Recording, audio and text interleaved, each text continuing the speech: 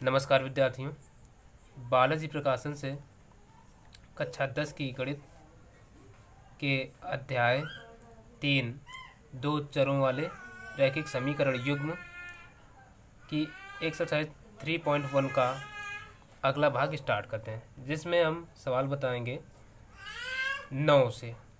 ठीक है, तो इसके पहले हम इसके और 2-3 भाग बना चुके हैं, तो उन वीडियोज़ को पहले देख लें। लिंक डिस्क्रिप्शन बॉक्स में होगी।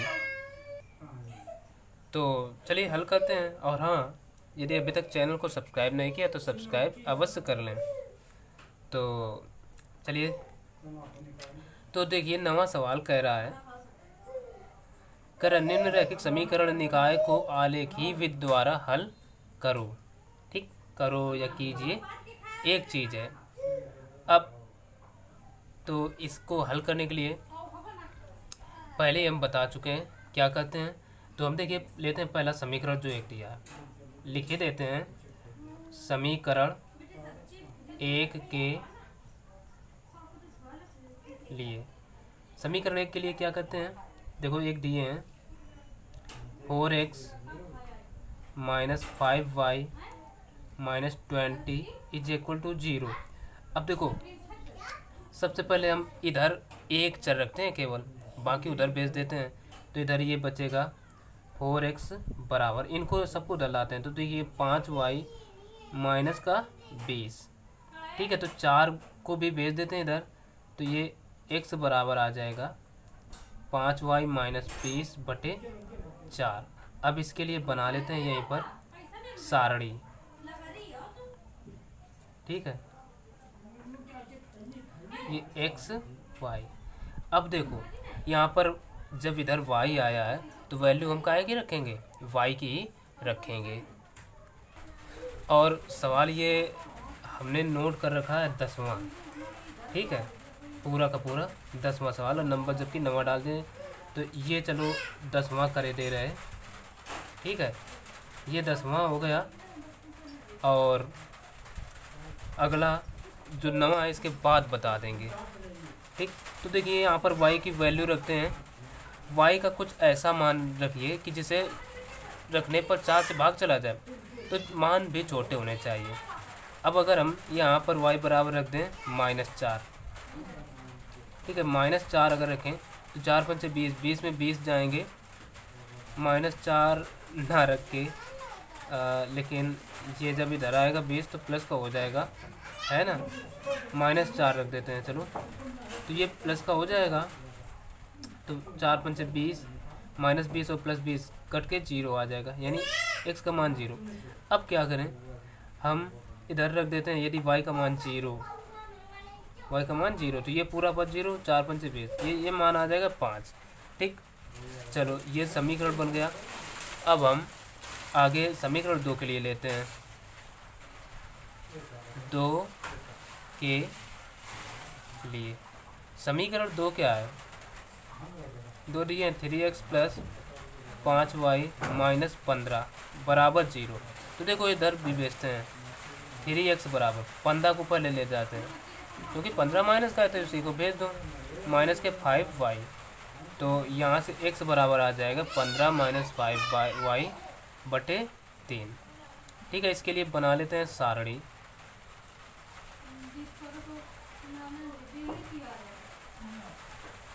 ये x, ये y। अब देखिए यहाँ पर y का वैल्यू रखना है जिससे कि भाग जाए। तो हम पहले तो y का मान 0 रखते हैं, तो ये पूरा का पूरा पद 0 हो जाएगा, बचेगा 15। 15 में 3 से भाग दो, 53 15, ये 5 आ जाएगा। अब अगला मान रखते हैं, देखिए 3 से जब भाग दे रहे हैं तो अभी 0 रखा, तो 0 + 3 3, यानी अब y का मान हम रख देते हैं 3। तो देखो 5 है 15, 15 में 15 जाएंगे 0, ये मान आ जाएगा 0। ठीक, तो अब ये तो बन गए। अब बचा ग्राफ। तो ग्राफ को कैसे ड्रा करते हैं तो देख लेते हैं।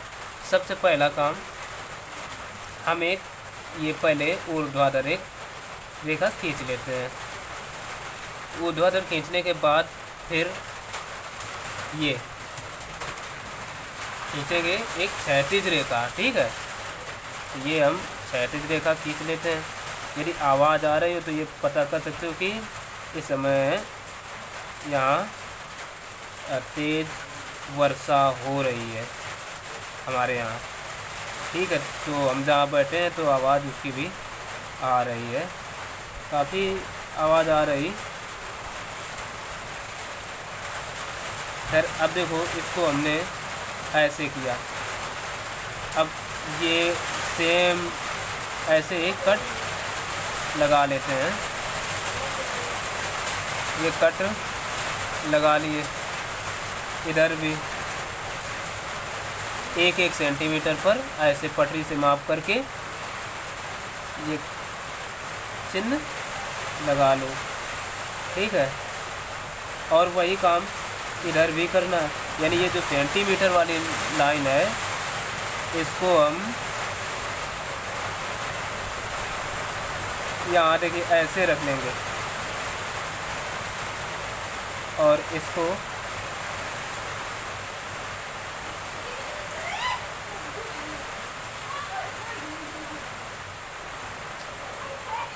एक 1 सेंटीमीटर पर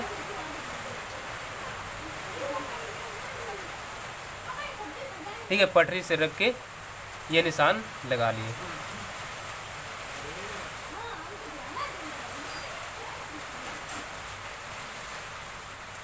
ठीक, थोड़ा आगे बढ़ा लेते हैं।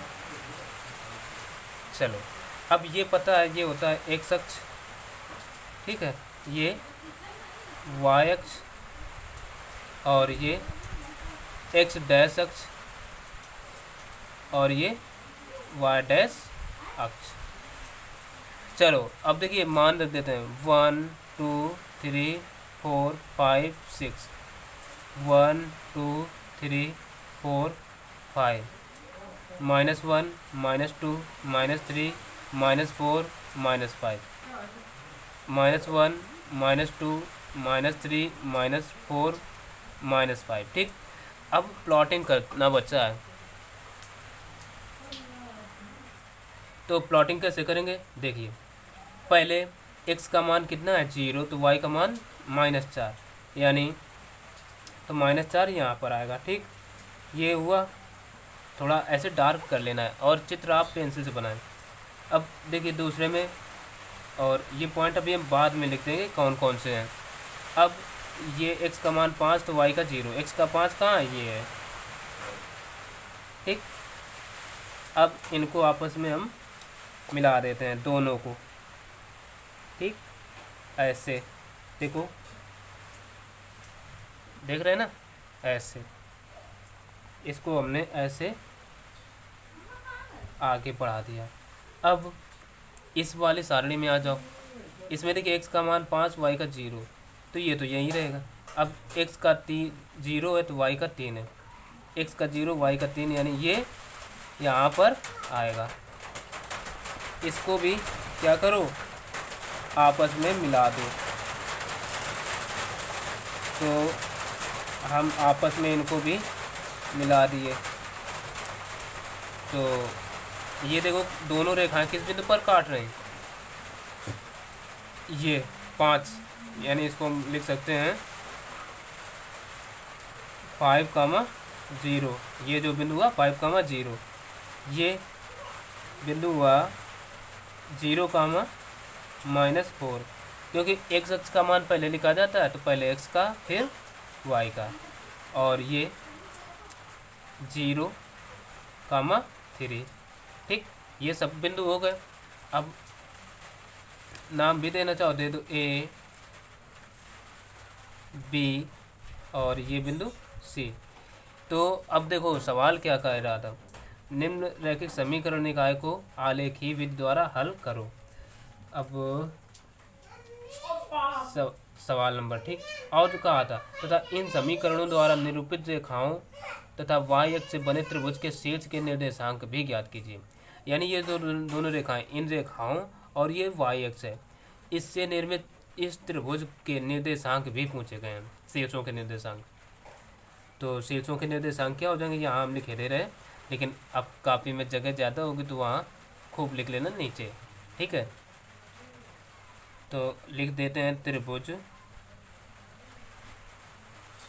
के निर्देशांक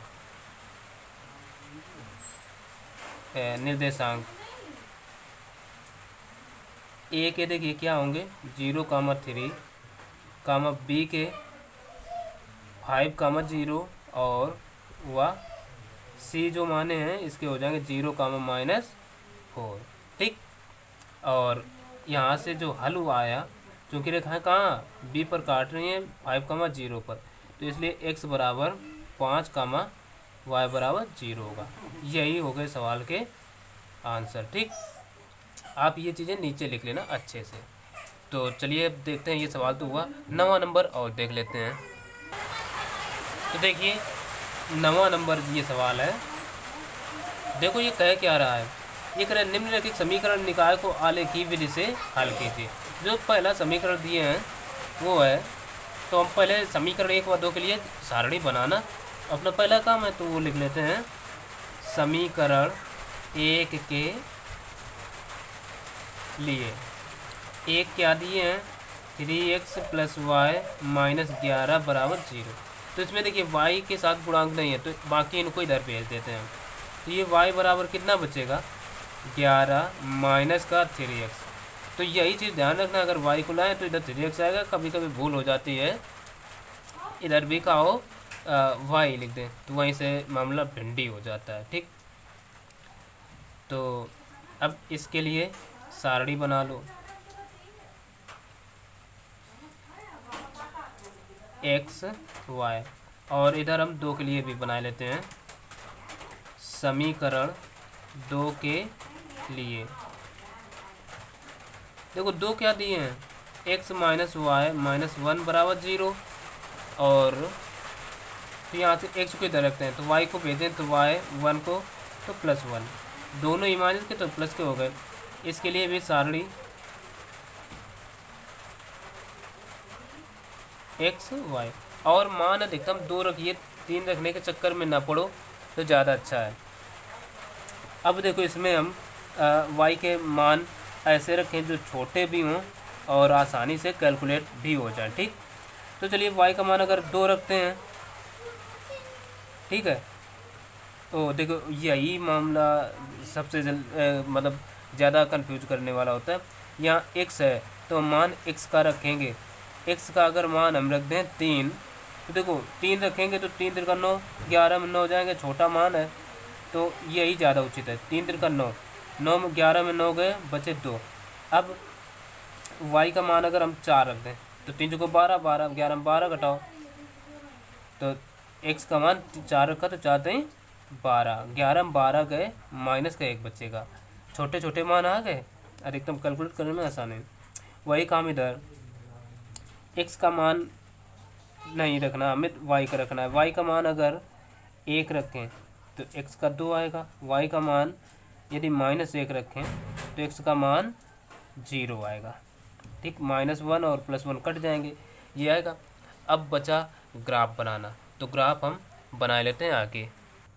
तो चलिए अब इसका ग्राफ बनाते हैं।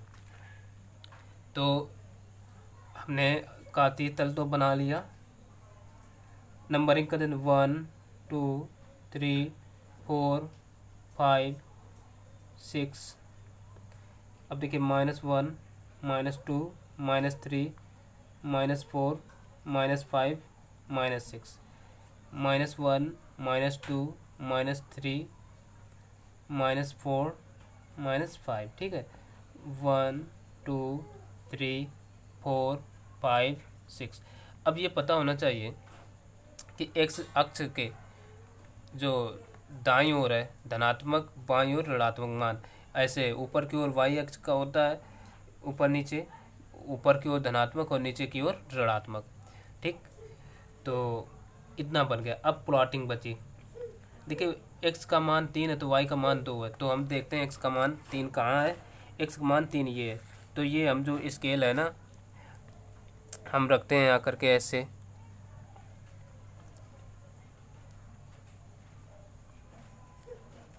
इस प्रकार से रख लिया। अब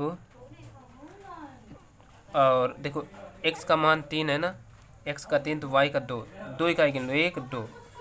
ठीक है, यहाँ से 2 इकाई हो गई ये आ गया। अच्छा, इसको हम थोड़ा डार्क कर देते हैं। अब अगले में देखिए x का मान 4, y का -1, x का 4 ये आ गया। और अब तक ये मान कैसे रखे जाते हैं, कैसे माप रहे हैं हम, ये सीख चुके होंगे। ये इसका मतलब y का -1 है तो नीचे की ओर होगा, ठीक है। ये आ गए। और ये जब आए तो इनको हम क्या कर देते हैं, मिला देते हैं आपस में, ठीक। पहले इनको ऐसे खींचे दे रहे हैं, बाद में हम आगे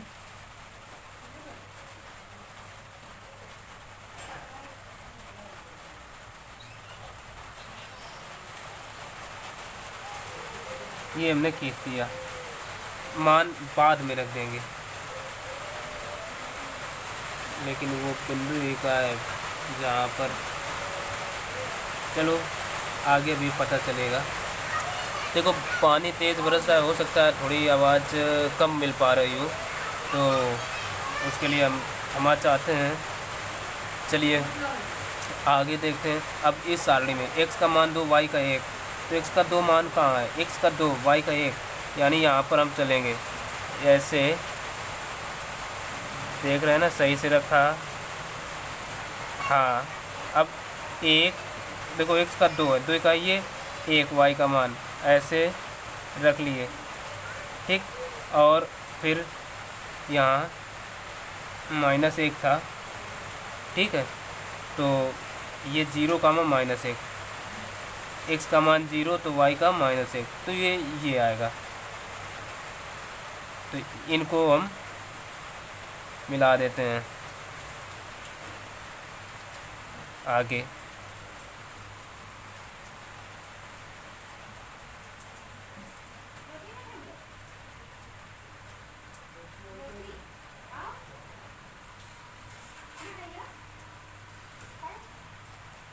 तो ऐसे अब मिला दिया। अब जहाँ ये रेखाएं काट रही हैं, देखो इधर 3 है, 3, 2 पर काट रहे हैं, y का मान 2, और इधर से ध्यान दें, हम इनको रेखा बना दो। ये जो बिंदु थे ये थे 4, -1, और ये है 0, -1, ठीक। अब ये नवा सवाल है, तो हमारा ये तो बन गया।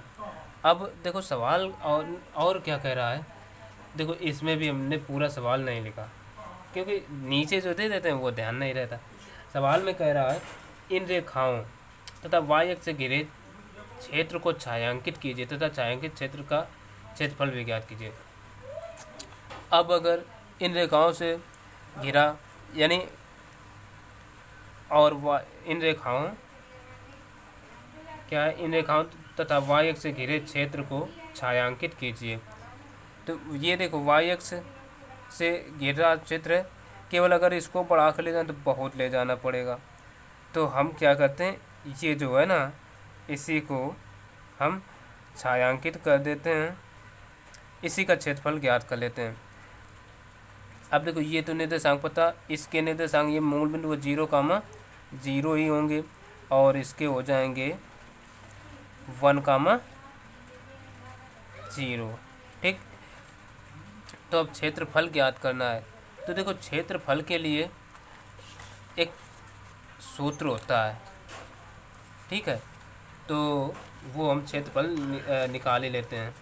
अब देखो यहाँ पर ये जगह बची नहीं, तो हम इधर कर ही ले रहे हैं, ठीक, अच्छे से। तो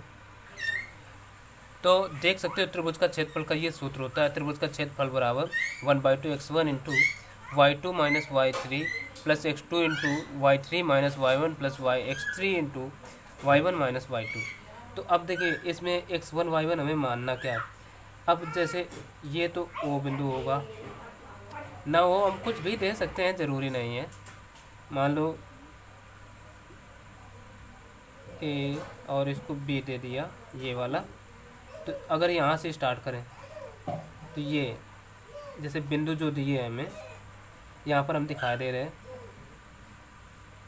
बिंदु ए के जो हैं 0, -1 है, बी के क्या हैं 1, 0 और ओ के क्या हैं 0, 0। अब ये जो है ये x1 ये y1 ये x2 और ये y2 ये x3 और ये y3, समझ गए ना। तो अब बस रख लेते हैं। देखो सूत्र में क्या मान होता है, इधर बढ़ा दे रहे 1/2, ठीक पूरे का देखो 1/2।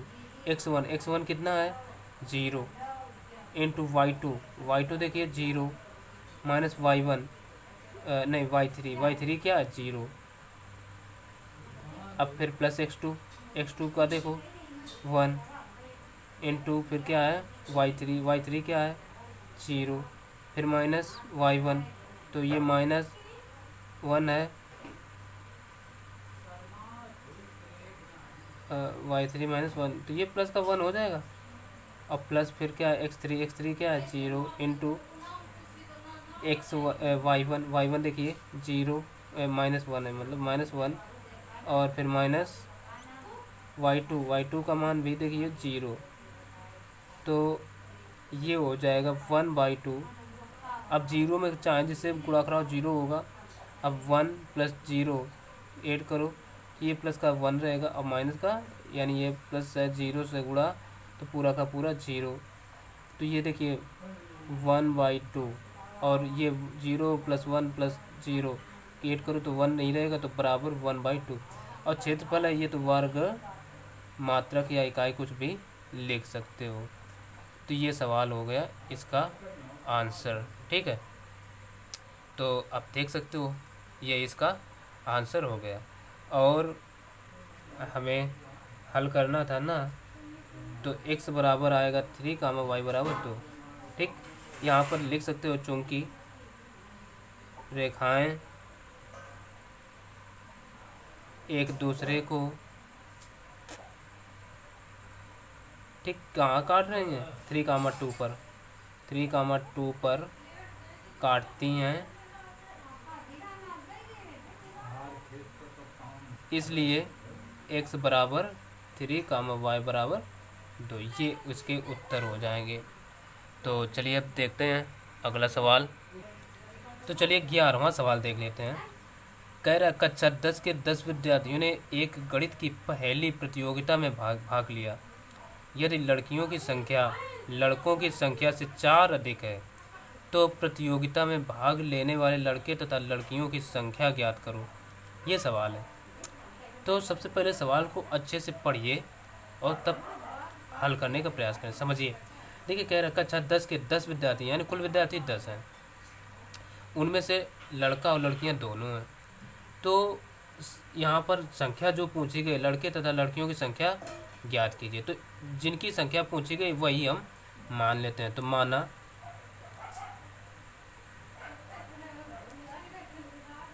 लड़कों की संख्या बराबर x, जब इनकी x मान लिए तो लड़कियों की y मान लो, ठीक। तथा लड़कियों की संख्या बराबर y, ठीक। तो अब देखिए प्रथम शर्त क्या है, कह रहा है कक्षा 10 के 10 विद्यार्थियों ने, यानी कुल विद्यार्थी कितने हैं 10 हैं। तो यहीं से प्रथम शर्त बन रही है। तो प्रथम शर्तानुसार मतलब प्रथम शर्त क्या है x + y बराबर 10, यानी लड़के और लड़कियां मिलाकर कुल हैं 10। सवाल एक बन गया। अब कह रहा है प्रतियोगिता में भाग लिया यदि लड़कियों की संख्या लड़कों की संख्या से 4 अधिक है, यानी अब द्वितीय शर्त यहीं से लागू हो रही। द्वितीय शर्तानुसार द्वितीय शर्त कह रही है लड़कियों की संख्या देखिए क्या है y। तो हम पहले क्या करें x बराबर y करा रहे हैं। अभी क्या ये बराबर है, नहीं है, बिल्कुल नहीं है। अब देखिए क्या कह रहा है सवाल, कह रहा है यदि लड़कियों की संख्या लड़कों की संख्या से 4 अधिक है, यानी ये इससे 4 कम है। इसका मतलब जब ये 4 ज़्यादा है तो ये कम होगा। तो दोनों को बराबर कराने के लिए या तो 4 इसमें जोड़ें या इसमें घटा दें। तो हम क्या करते हैं, इसमें घटा देते हैं, क्योंकि समीकरण पढ़ रहे हैं, समीकरण को बराबरी का हमें दर्जा देना होता है। तो y को इधर ले आओ, तो x माइनस वाई बराबर -4। समीकरण बन गया 2। अब क्या करते हैं, 1 व 2 को हल कर लेते हैं। समीकरण 1 व 2 को हल करने पर हल करते हैं, ये देखिए x प्लस वाई बराबर 10 और दूसरा x माइनस वाई बराबर -4। अब देखो जोड़ने पर ये कट जाएंगे, जोड़ने पर y के पद, तो 1 1 2 यानी ये 2x हो गए बराबर 10 में 4 कट जाएंगे भाई, तो बचेगा 6। तो यहाँ से x बराबर 6/2, 2 3 6, यानी x बराबर आ गए 3। ठीक, अब क्या करो, x का मान समीकरण 1 में रख दो। x का मान समीकरण 1 में रखने पर रख देते हैं। तो समीकरण 1 देखिए क्या दे रखा है, 1 है, x प्लस वाई बराबर 10। तो यहाँ से x का मान 3 है, 3 प्लस वाई बराबर 10। तो y बराबर 3 इधर आ जाएगा, 10 माइनस 3 यानी y बराबर 7 आ गया। तो यहीं से हम लिख सकते हैं, अतः लड़कों की संख्या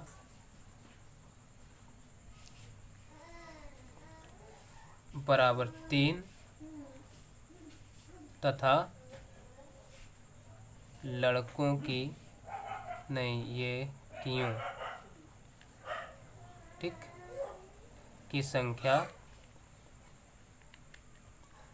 बराबर 7। क्योंकि देखिए y का मान 7 आया तो लड़कियों की संख्या हो गई, और लड़कों का x माने थे तो 3 आ गया।